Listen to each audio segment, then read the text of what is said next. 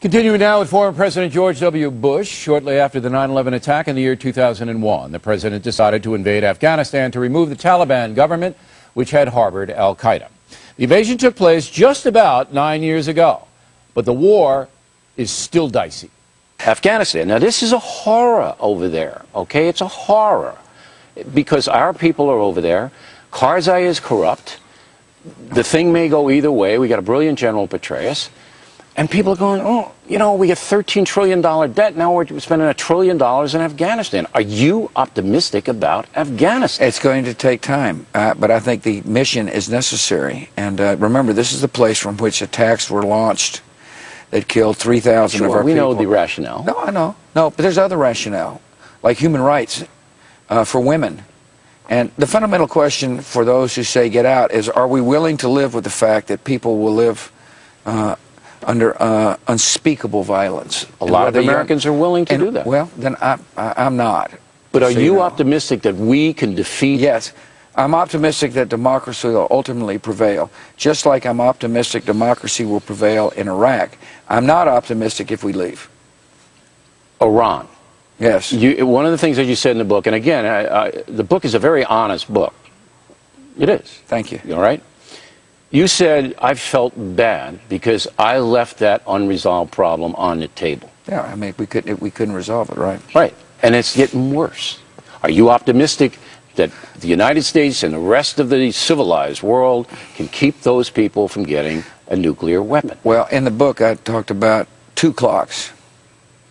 The regime change clock and the slow down the weapons clock. Right. And policy has got to be directed toward speeding up one and slowing down the other. And I'm optimistic that countries, as a result of my leadership and the leadership of President Obama, understand the stakes, and that people understand that without attention and without applying pressure, Iran could end up with a bomb.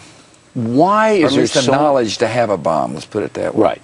Why is there so much resistance from the rest of the world, excepting Britain, Australia, Canada, to helping in Afghanistan, for example? In Afghanistan?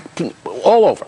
In Afghanistan, very hard to get NATO troops in there. Very hard to get commitment in there. And they know, like you do, the danger from the Taliban. They know the human rights. Well, first of all, there are a lot of NATO troops but there. They're not, the problem is that there's different caveats. In other words, there are some parliaments that sent their troops in with the restriction on fighting. And in the book, I describe my frustrations with that. In other words, we go in and initially liberate the country along with a lot of other nations. And I thought the footprint was big enough at the time because I felt NATO troops would be able to carry a lot of the weight. But a lot of nations didn't shoot and didn't want to fight. And therefore, it required additional U.S. troops during my time as president. And, maybe some nations aren't that interested in Afghanistan for the very reason you brought up initially on this question. Is it worth it? Is it necessary? And they're probably asking the same questions you just asked me. And if there's not a consensus that it's worth it to prevent the country from falling into the hands of terrorists and extremists, or is it worth it not to care about what women, a life of a young girl is in Afghanistan? They'll come to the same conclusion that maybe some people you've talked to came to. It's not worth it, and therefore let's leave. That's right. Well, but you're asking the question why? Well, you've just answered your own question with the first question. But I don't understand the mindset. You deal with these leaders one-on-one, and I don't get the mindset of, we're not going to help out the United States and Britain in Afghanistan. We're not going to really put pressure on Iran. You're very generous in your book to China. But wait a minute. Let me finish. There are a lot of nations in Afghanistan, and there were a lot of nations in Iraq. And so I wouldn't be dismissive, but there were a lot. I know, but I wouldn't be dismissive of the contribution that those people made. We do. Of course we do the heavy lifting because we're the heaviest nation.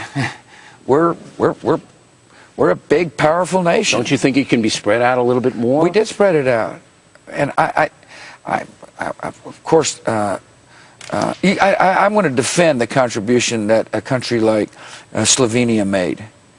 It wasn't a huge number of troops, but it was they made a sacrifice. Poland too. They did. They were the first. Poland was big. Special operators. If everybody was like Poland, we would have already defeated these people. In your book, you're very generous. The thing I love about you is you're quite provocative. But go ahead. Me? Yeah. Me? Little old General O'Reilly. Go ahead. You're very generous to China in your book. I'm not so sure about China. They haven't helped with Iran. In fact, they've hurt us with Iran. Okay, they have different interests. Remember, I put the story in there about Hu Jintao saying, I said, what keeps you up at night? Can I answer that? Yeah, 25 million new jobs a year. So if that's what keeps you up at night, you're interested in resources necessary to grow your economy. But surely China and Russia, the two ones who have enabled Iran to take this ridiculous stance, surely they understand the danger that you understand, President Obama understands, that these guys get a nuclear weapon, it can go off anywhere, they just hand a dirty bomb to someone else. They don't care. There's a lot of different interests in the world. And the job of the president and job of other like-minded people is to continue to focus everybody's attention on the ultimate problem with Iran.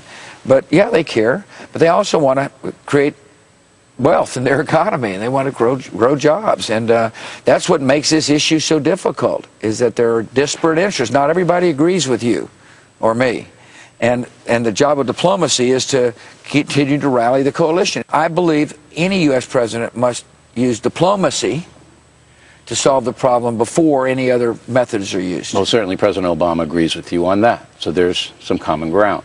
Now, I know you don't care about this, but right, I probably don't, but go ahead. You're being very patient with me, Mr. President. I appreciate it. Your approval rating is going up. I don't know whether you saw that or not, but the latest polls have your approval rating going up. And the reason is, in my humble opinion, that you're actually talking to the folks.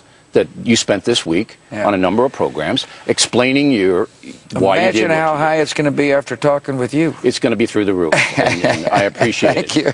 All right. Now, you don't care about approval ratings. You made it quite clear a number of times. However, I submitted to you in our last interview, all right, in the White House, that you made a mistake by allowing your enemies in the media, of which there are thousands, to define your administration. You didn't fight back. And Obama's getting the same criticism now from the far left, okay, that you let them run wild, accusing you of lying to go into Iraq, accusing you of all kinds of heinous crimes. They were accusing you of being a criminal, okay? That's what they were doing. But you didn't, you said, look, I'm not president, I got to lower myself. But I think Americans let me stop you there, please. Okay. I didn't say I'm the president, I don't want to lower myself. I said I don't want to lower the office of the presidency. Fine. And I don't think it does any good then nor now to engage in throwing spitballs at people who wanted to kind of coarsen the dialogue. I feel very strong, and I would do it the same way. I know what really, yeah, because I know what but Bill, what fundamentally matters is for a president, can you look back and say, one, did you stick to your principles, and two, did you strengthen the office? See, the great thing about America is the office of the president is much more important than the occupant. That's what provides stability for our country.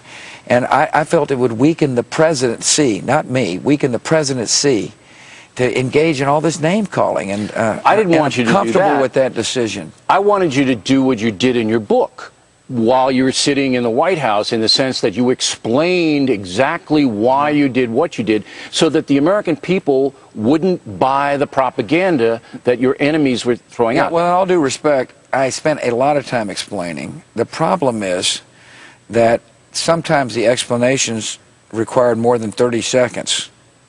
And oftentimes the president only is given 30 seconds on a national TV broadcast. And no, I spent a lot of time with the media. I harbor no resentment to the media, by the way. Really? Even the people who tried to hurt you and called you a criminal? No, I don't like to be called a criminal. But I think a lot of times the media were just transmitting other voices. And, no, they believe me. Okay, well. They didn't like you. And that was my next question. Again, I don't know you very well, but you're affable, and people around your staff, like Dana Perino works for us now. She thinks you're the greatest. She loves you, okay? That's kind of. But the people in the press hated you, a lot of them. Why? Why? I don't know. You have to ask them. I'm not a hater. And so sometimes it's hard for me to understand why somebody hates somebody. And could have been because of my policies. Maybe they didn't like my religion. I don't know. I'm sure there's a myriad of reasons, but that's what happens when you're the president. And it can either bother you or not bother you. I chose. Do you ever think about it? Being hated? No, not really. Never? No, I'm a pretty comfortable guy right now, you know. Now you look it. I really am. I'm honored to have served, and I'm glad I served, and I gave it my all, and that's all you can do at life. And I got back, and this sounds corny to some, I understand, but when I looked in the mirror, I knew I didn't sell my soul for the sake of any short-term politics or popularity, and I think that's important. When President Bush left office, his approval rating was 34%, according to Gallup. When we come right back, I will ask the president whether there is tension between him and Dick Cheney. He deals with that a bit in the book. The conversation continues in just a few moments.